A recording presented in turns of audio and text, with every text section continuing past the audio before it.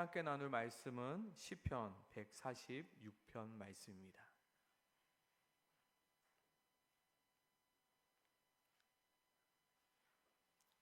시편 146편 우리 1절부터 10절 우리 함께 같이 읽도록 하겠습니다. 시편 146편 함께 같이 읽겠습니다. 할렐루야, 내 영혼아 여호와를 찬양하라. 나의 생전에 여호와를 찬양하며 나의 평생에 내 하나님을 찬송하리로다. 귀인들을 의지하지 말며 도울 힘이 없는 인생도 의지하지 말지니 그의 호흡이 끊어지면 흙으로 돌아가서 그날에 그의 생각이 소멸하리로다. 야곱의 하나님을 자기의 도움으로 삼으며 여호와 자기 하나님에게 자기의 소망을 두는 자는 복이 있도다. 여호와는 천지와 바다와 그 중에 만물을 지으시며 영원히 진실함을 지키시며 억눌린 사람들을 위해 정의를 심하며 줄인 자들에게 먹을 것을 주시는 이시로다. 여호와께서는 갇힌 자들에게 자유를 주시는도다. 여호와께서 맹인들의 눈을 여시며 여호와께서 비굴한 자를 일으키시며 여호와께서 의인들을 사랑하시며 여호와께서 나그네들을 보호하시며 고아와 과부를 붙드시고 악인들의 길은 굽게 하시는도다. 시온아, 여호와는 영원히 다스리시고 내 하나님은 대대로 통치하시리로다. 할렐루야. 아멘. 이 시간 다 함께 고백해 보겠습니다. 할렐루야. 이렇게 하시면 안 되죠. 다시 한번 고백해 보겠습니다. 할렐루야. 옆 사람에게 고백해 보겠습니다. 할렐루야. 네, 옆 사람에게 네. 오늘 본문은 할렐루야로 시작하고 있습니다. 여기서 할렐루라는 뜻은요, 찬양하라라는 뜻입니다. 여기서 찬양하라는 또 다른 말은 자랑하라입니다. 저는 이 자랑하라는 말이 좀 더 마음에 와닿습니다. 너는 자랑하라. 누구를요? 하나님을 자랑하라. 할렐루야의 마지막 이 야는 뭐냐면요, 바로 야훼의 하나님 그 야입니다. 즉 하나님을 찬양하라, 하나님을 자랑하라. 그리고 여기서 쓰여지고 있는 할렐루야는 바로 감탄사입니다. 하나님을 자랑하자, 하나님을 찬양하자라고 지금 감탄하고 있는 것입니다. 그리고 이어서 등장하는 또 하나의 찬양하라는 바로 명령문입니다. 그리고 이 명령은 다른 이를 향한 명령이 아니라 누구를 향한 명령입니까? 바로 나 자신을 향한 명령입니다. 내 영혼아 여호와를 찬양하라. 내 영혼아 여호와를 자랑하라. 왜 이렇게 명령하고 있습니까? 지금 우리가 하나님을 자랑하지 않고 하나님을 찬양하고 있지 않기 때문입니다. 세상에 주는 불안과 염려들 때문에 하나님을 찬양하지 못하고 있습니다. 또한 세상이 주는 유혹 때문에 하나님이 아닌 다른 것들을 자랑하며 다른 것을 찬양하고 있습니다. 그렇기에 너는 하나님을 찬양하라 말하고 있습니다. 우리가 찬양하지 않아도 하나님은 찬양받기 합당하신 분이십니다. 우리가 하나님을 찬양하지 않을지라도 하나님은 찬양받으실 분이십니다. 그럼에도 불구하고 우리가 하나님을 찬양하고 있지 않고 있기에 하나님께서는 오늘 시편을 통해서 너희는 하나님을 찬양하라라고 명령하고 있는 것입니다. 1절이죠. 내 영혼아 여호와를 찬양하라. 여기서 내 영혼은 무엇입니까? 내 전 인격을 말하는 것입니다. 또한 여기서 내 영혼이라는 것은 내 마음속 깊은 것을 말하는 것입니다. 내 입술로만 여호와를 자랑하고 내 입술로만 여호와를 찬양하는 것이 아니라 내 마음속 깊은 곳에서부터 여호와를 자랑하고 여호와를 찬양하라 명령하고 있는 것입니다. 과연 그렇다면 어떻게 하는 것이 내 마음속 깊은 곳에서 여호와를 찬양하는 것일까요? 도대체 어떻게 하는 것이 내 마음속 깊은 곳에서 여호와를 자랑하는 것일까요? 오늘 시편은 여호와를 찬양한다는 것이 무엇인지, 여호와를 자랑하는 것이 무엇인지에 대해서 우리에게 설명해 주고 있습니다. 먼저 내가 여호와를 찬양한다는 것은 잠깐 하는 것이 아니라 내 평생토록 계속해서 반복하며 해야 하는 것이라 말하고 있습니다. 주일에 주일 예배 시간에 잠깐 와서 우리가 찬양하는 것을 말하는 것이 아니라 내가 기분 좋을 때만 흥얼거리며 찬양하는 것이 아니라 찬양은 내가 살아 숨쉬는 그 순간순간 매 순간마다 계속해서 하는 것이라 말하고 있습니다. 2절입니다. 나의 생전에 여호와를 찬양하며 나의 평생에 내 하나님을 찬송하리로다. 우리 첫 번째 나의 생전에 여호와를 찬양하며 라고 쓰이는 이 찬양이란 단어는 바로 1절의 할렐루에서 나오는 동일한 단어입니다. 그리고 그 뒤에 나오는 찬송하리로다는 바로 악기를 가지고 연주하는 것을 말합니다. 여기서 중요한 찬송은 무엇입니까? 계속해서 끊임없이 내가 살아있는 동안 해야 한다는 것입니다. 그리고 여기서 잠깐 이 찬양하다를 좀 더 깊게 묵상하고자 합니다. 이 찬양하다의 뜻은요, 비추다, 빛나다, 자랑하다, 자랑스럽게 여기다라는 뜻을 가진 단어입니다. 즉, 내 평생 하나님만을 자랑하는 것입니다. 나의 삶을 통하여 누가요? 하나님을 빛나게 하는 것입니다.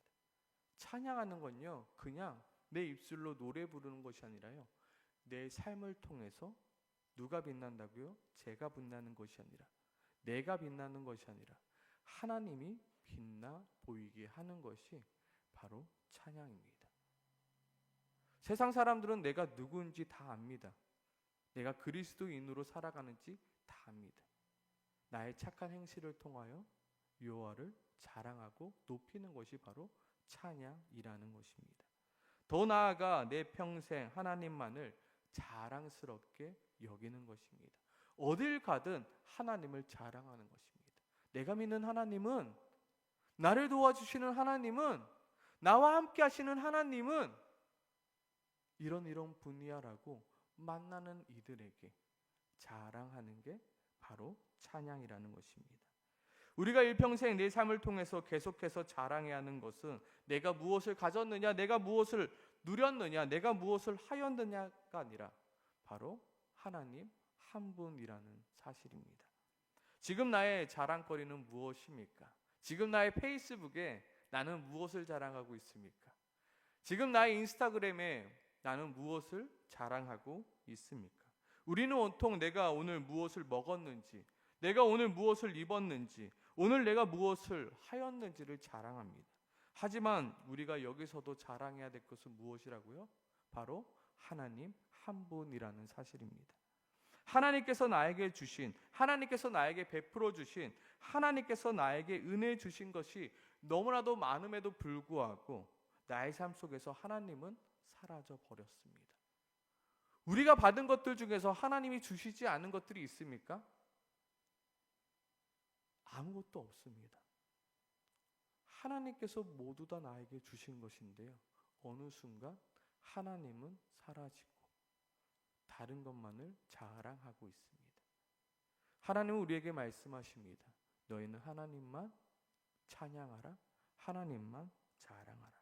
하나님께서 지금까지 나를 어떻게 입히셨는지, 하나님께서 지금까지 나를 어떻게 먹이셨고, 하나님께서 지금까지 나를 어떻게 인도하셨는지 이 세상 가운데 자랑하고 이야기하는 것이 바로 찬양입니다. 다시 한번 질문합니다. 나는 지금 무엇을 자랑하고 있습니까? 나는 지금 무엇을 찬양하고 있습니까? 그리고 나는 나의 삶을 통해서 지금 하나님만을 빛내고 있습니까?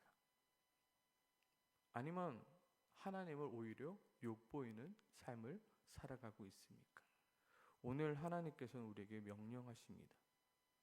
너는 하나님을 찬양하라. 그것은 단순히 감탄문이 아니라 명령입니다. 너는 하나님을 찬양해야 한다.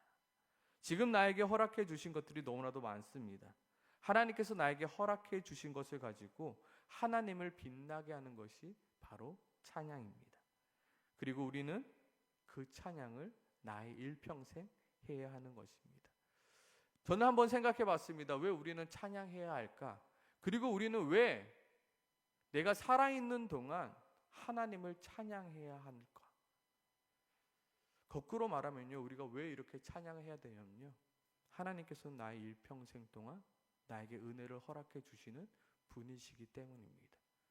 하나님께서는 우리가 계속해서 찬양할 거리들을 우리에게 계속해서 허락해 주시는 하나님이십니다.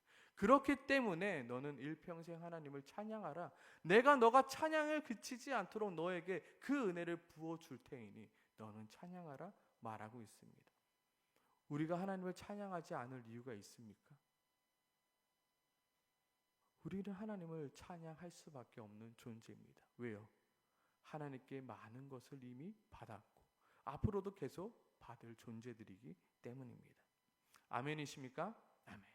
두 번째로 하나님을 찬양한다는 것은 다른 것을 의지하지 않고 하나님만을 의지하는 것을 말합니다. 여기서 다른 것을 의지하지 않는다라는 것을 다른 사람들이 오해해서요, 어떠한 일을 할 때 다른 것에게 도움을 구하지 않는 것이라 생각합니다.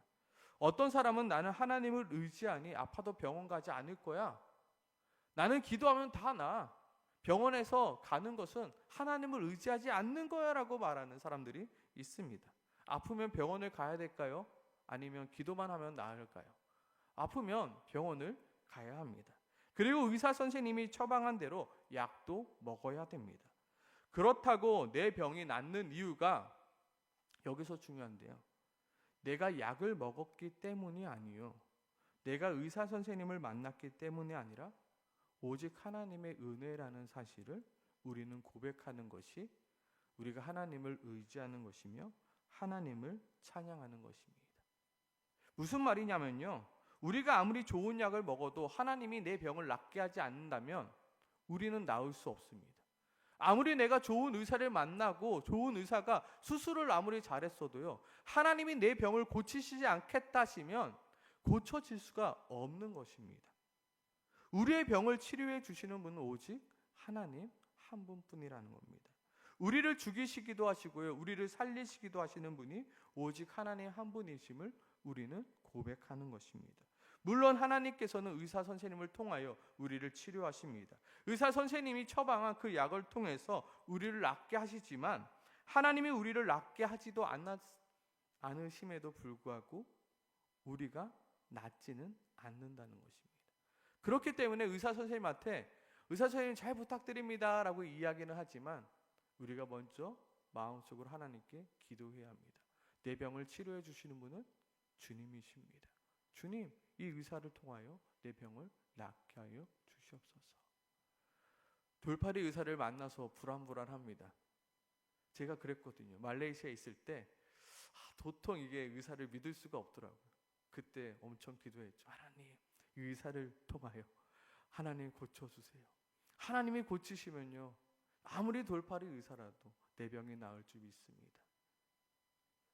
아무리 명이라도요, 하나님이 하지 않으면요, 그 의사는 결코 우리를 낫게 할 수 없다는 사실을 우리가 고백하는 것이야말로 하나님을 의지하는 것이고 하나님을 찬양하는 것입니다. 우리가 보기에는 이 세상은 힘이 있는 사람들이 움직이고 있는 것처럼 보여집니다. 가진 사람들의 세상이라 생각합니다. 하지만 이 세상을 움직이는 분은 누구이십니까? 바로 하나님 한 분임을 우리는 고백하는 것입니다. 우리가 아무리 자본주의에 살아가고 있다 하더라도 이 세상을 움직이는 것은 돈이 아니라 하나님이라는 것을 우리가 인정하며 사는 것입니다. 그 사실을 잊지 않고 살아가는 것이 바로 하나님을 찬양하는 것입니다. 또 단순히 하나님이 하시니 모든 것이 잘 풀리겠지라고 생각하는 것이 아니라 그 일이 잘 되든 못 되든 그 일의 모든 결과는 하나님께서 나에게 허락해 주신 것임을 날마다 고백하는 것입니다.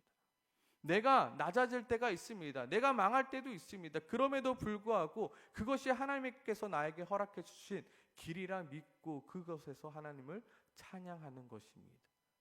나를 죽이기도 하시고 나를 살리시기도 하시고 나의 걸음걸이를 그 문을 닫으시기도 하시고 열기도 하시는 그 하나님을 내가 인정하고 찬양하는 것입니다. 오늘 2절과 3절은 이것을 말합니다. 귀인들을 의지하지 말며 도울 힘이 없는 인생도 의지하지 말지니. 여기서 귀인들이란 무엇입니까? 능력자들, 권력자들입니다. 내가 보기에 의지할 만합니다. 내가 보기에 나에게 도움이 될 만한 사람들입니다. 하지만 하나님께서는 그들을 어떻게 하지 말라고요? 의지하지 말라라고 말합니다. 왜냐하면 너희가 보기에 권력이 있어 보이고 능력이 있는 것 같아 보이지만 실상 그들에게는 아무런 힘도 아무런 능력도 없기 때문이라 말합니다. 물론 나보다 힘도 세고 나보다 많이 알고 나보다 능력도 많은 것처럼 보여지지만 결국 그들은 어떻게 한다고요? 그의 호흡이 끊어지면 흙으로 돌아가서 그날에 그의 생각이 소멸되고 만다라고 말합니다. 여기서 그의 생각이 소멸된다, 그의 계획들이 소멸된다라고 말합니다.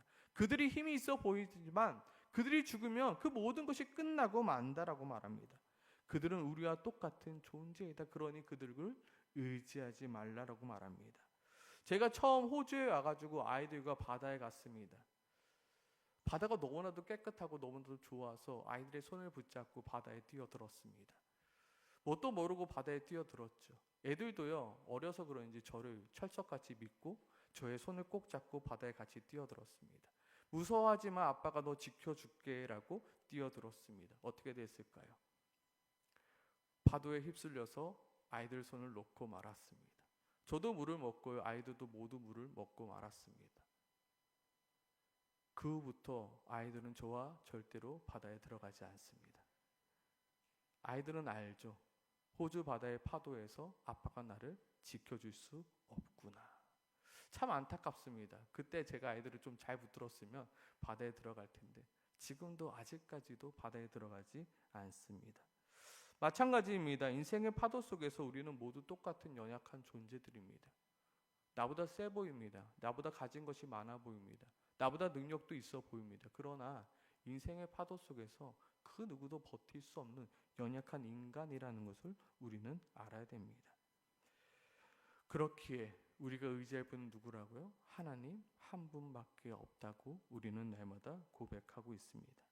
오늘 시편 146편 그리고 5절에서는 우리에게 아주 놀라운 사실 한 가지를 가르쳐주고 있습니다. 5절은요, 감탄문으로 시작하고 있습니다. 그 시작은 뭐라고 시작하냐면요, 복 있는 사람이여, 당신은 복 있는 사람입니다 라고 시작하고 있습니다. 과연 오늘 본문 속에 그 5절 속에서 복 있는 사람은 누구라 말하고 있을까요? 바로 복 있는 사람은요, 하나님을 자기의 도움으로 삼을 수 있는 사람을 말합니다. 여호와 자기 하나님에게 자기의 소망을 둘 수 있는 사람을 말합니다. 여기 5절의 특징은 뭐냐면요, 동사가 없습니다. 동사가 없다는 건 뭐냐면요, 어떠한 행함이 없다는 것입니다. 하나님을 자기의 도움으로 삼았기 때문에 내가 복 있는 사람이 아니라 하나님을 자기의 도움으로 삼을 수 있는 사람이 복 있는 사람이라는 것입니다. 어떠한 행동을 했기 때문에 그 사람이 와, 너는 복 있는 사람이야를 말하고 있는 게 아니라요, 그 사람이 자격이 어떤지에 따라서 너는 복 있는 사람이구나라고 말하는 것입니다. 내가 하나님을 도와주세요라고 하나님께 도움을 구해야지만 너가 복 있는 사람이구나라고 이야기하는 것이 아니라요, 너가 하나님에게 도움을 구할 수 있는 자구나, 그러한 자격을 갖추고 있으니 너는 복 있는 사람이구나라고 이야기하고 있는 게 바로 5절 말씀입니다. 내가 하나님께 소망을 두었기 때문에 내가 복 있는 사람이 아니라요, 내가 하나님께 소망을 둘 수 있는 자격이 되고 조건이 되고 그러한 처지가 되기에 내가 복 있는 사람이라 말하고 있는 것입니다. 이것은 우리의 행함을 말하는 것이 아니라 우리의 자격을 말하고 있는 것입니다. 우리는 모두 복 있는 사람입니다. 우리는 모두 하나님 앞에 나아가 도움을 구할 수 있는 존재들입니다. 우리는 모두 하나님께 나의 소망을 둘 수 있는 존재들이라는 것입니다. 아이들이 어릴 때 아이가 레고를 가지고 놀았습니다. 그런데 아이가 그 레고를 가지고 조립하는 게 너무나도 어렵잖아요. 그래서 아이가 짜증을 내는 겁니다. 이게 잘 조립이 안 되니까요. 제가 바로 옆에 있는데도 애가 짜증을 내면서 이걸 안 된다고 막 그러는 겁니다. 그래서 제가 아이한테 이렇게 얘기했습니다. 하윤아, 왜 짜증내고 있어? 잘 안 돼?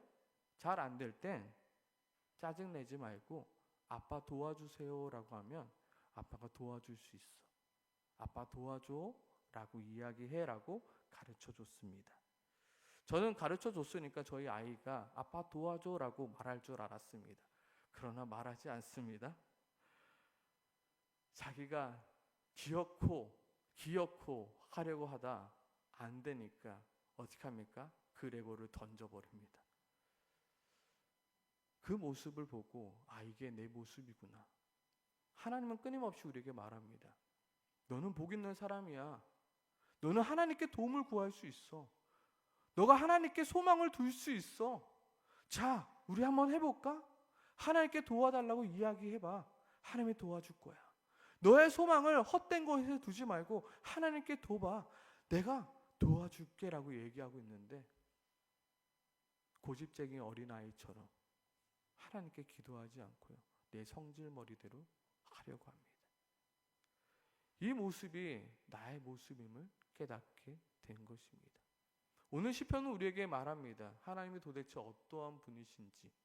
너희들이 하나님을 의지하지 않고 하나님께 도움을 구하지 않니? 내가 하나님이 어떠한 분인지 너희가 알 수 있게끔 내가 이야기해 줄게라고 말하는 게 오늘 시편 6절부터 10절까지의 내용입니다. 6절이죠. 여호와는 천지와 바다와 그 중에 만물을 지으시는 분이다. 하나님이 이 세상을 모든 만물을 지으신 분이야.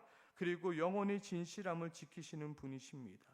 여기서 진실함은 무엇입니까? 하나님의 약속이십니다. 언약이십니다. 내가 너희에게 약속하신 그 모든 것을 지키시는 분이야. 7절입니다. 여호와는 억눌린 사람을 위하여 정의로 심판하며 줄인 자들을 위하여에게 먹을 것을 주시는 이시며 갇힌 자들에게 자유를 주시는 분이십니다. 8절입니다. 여호와는 맹인들의 눈을 여시며 비굴한 자들을 일으키시며 의인들을 사랑하시는 분이십니다. 9절입니다. 여호와는 나그네들을 보호하시며 고아와 과부들을 붙드시고 악인들의 길을 굽게 하시는 분이십니다. 10절입니다. 여호와는 영원히 다스리시고 여호와는 대대로 통치하시는 분이십니다. 그러니 너는 제발 여호와 앞에 도움을 구하고 여호와 앞에 너의 소망을 두어라. 너의 인생이 불안하고 염려가 많니? 세상에 주는 불안 때문에 하나님이 보이지 않니? 오늘 이 시편을 다시 한번 읽어보고 너가 어떠한 자격을 가지고 있는지 다시 한번 보고 하나님께 너의 도움을 구하며 하나님께 너의 소망을 두어라. 너는 복 있는 사람이다. 제발 하나님을 찬양하라 라고 이야기하고 있는 것입니다. 물론 여기서 강조하고 있는 것은 하나님은 무엇을 하시는 분이신가 이기도 하지만 정말로 강조하고 있는 것은 바로 영원히 대대로입니다.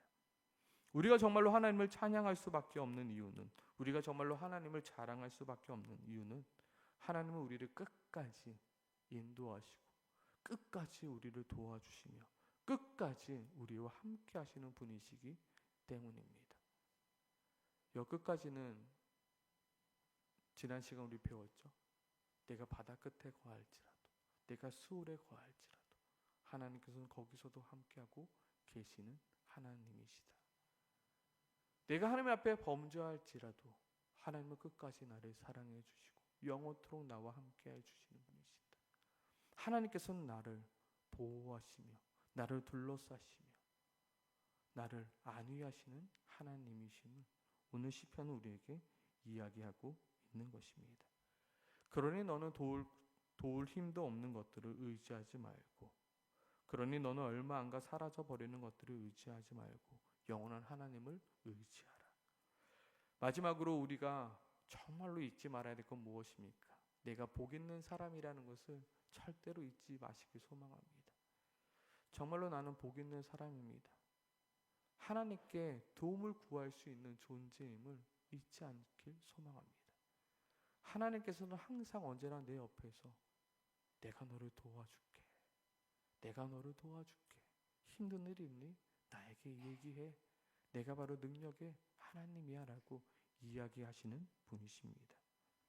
우리는 하나님에게 자기의 소망을 둘 자격을 가진 존재입니다. 나의 소망은 하나님밖에 없습니다. 나의 소망은 하나님께 둡니다. 세상은 나에게 안 된다, 못한다, 할 수 없다 말하지만 나의 능력 대신 그 하나님 안에서 내가 모든 것을 할 수 있음을 내가 날마다 고백합니다. 왜요? 나의 소망은 하나님께 있기 때문입니다라고 고백하는 우리 모두가 되길 소망합니다.